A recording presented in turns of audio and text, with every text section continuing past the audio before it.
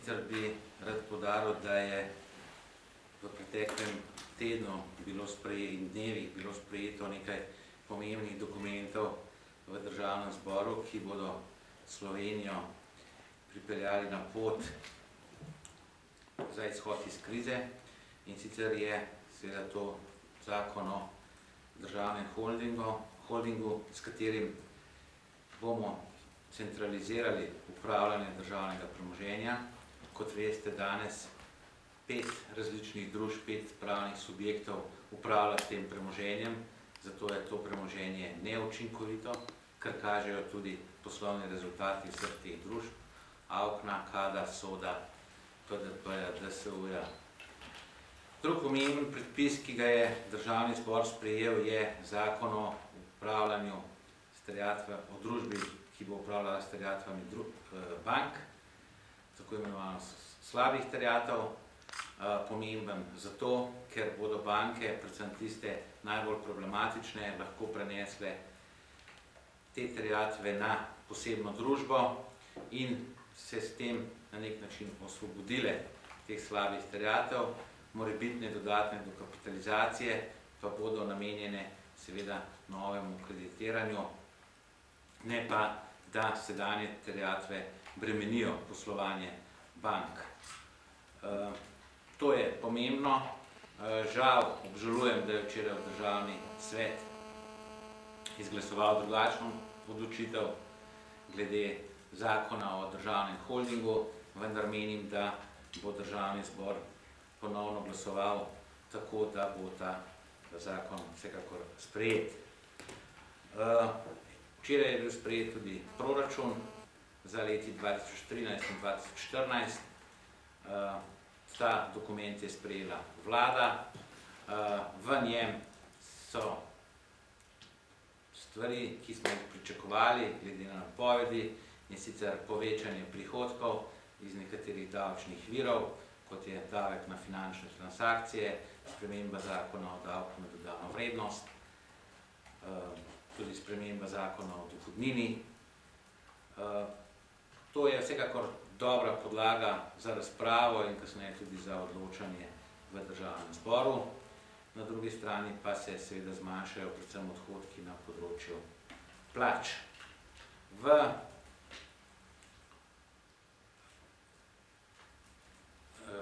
Ekonomsko-socialnem svetu je v razpravi zakon o pokojninah ter zakon o trgu dela. S tema dvema zakonoma bomo predvsem povečali konkurenčnost gospodarstva.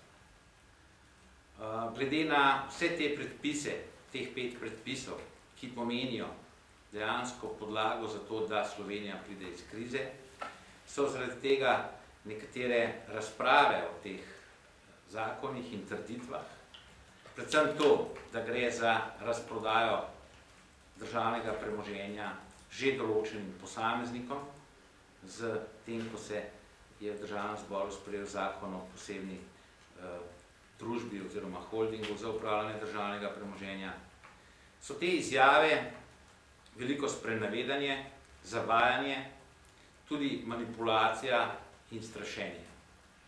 Namreč s tem zakonom se ne bo samo po sebi prodalo, niti razprodalo nobeno premoženje brez vednosti Državnega zbora, kar pomeni, da bo Državni zbor odločal o tem, dokler ne bo Državni zbor sprejel strategijo upravljanja z državnim premoženjem. Kot veste, ta zakon določa, da je potrebno sprejeti strategijo. Ta strategija naj bi bila v Državnem zboru v naslednjem mesecu in seveda do konca leta naj bi bila seveda tudi sprejeta. Kar pomeni, da je popolno zavajanje in strašenje, da gre za kakršnokoli razprodajo, niti za prodajo državnega premoženja. Z davkom na dodano vrednost se spreminja stopnja za nekatere storitve, tudi za nekatere izdelke, iz 8,5 na 20, takšen je predlog vlade.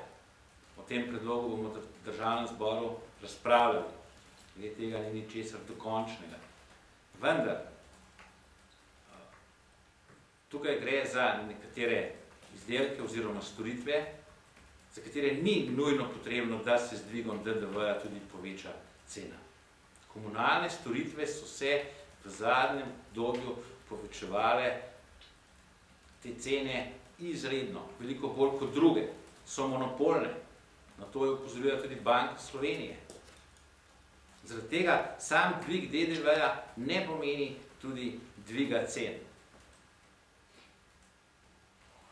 Treba bo seveda pogledati, kako so te panoge oziroma dejavnosti konkurenčne na trgu, ker pa gre pri komunalnih storitvah bolj ali manj za monopolne storitve oziroma monopolno urejanje storitev, je seveda tukaj potrebno sprejeti določene omejitve, kar z drugimi besedami pomeni, da menim, da so še rezerve v tej dejavnosti, da ne pride do takšnega povečanja cen.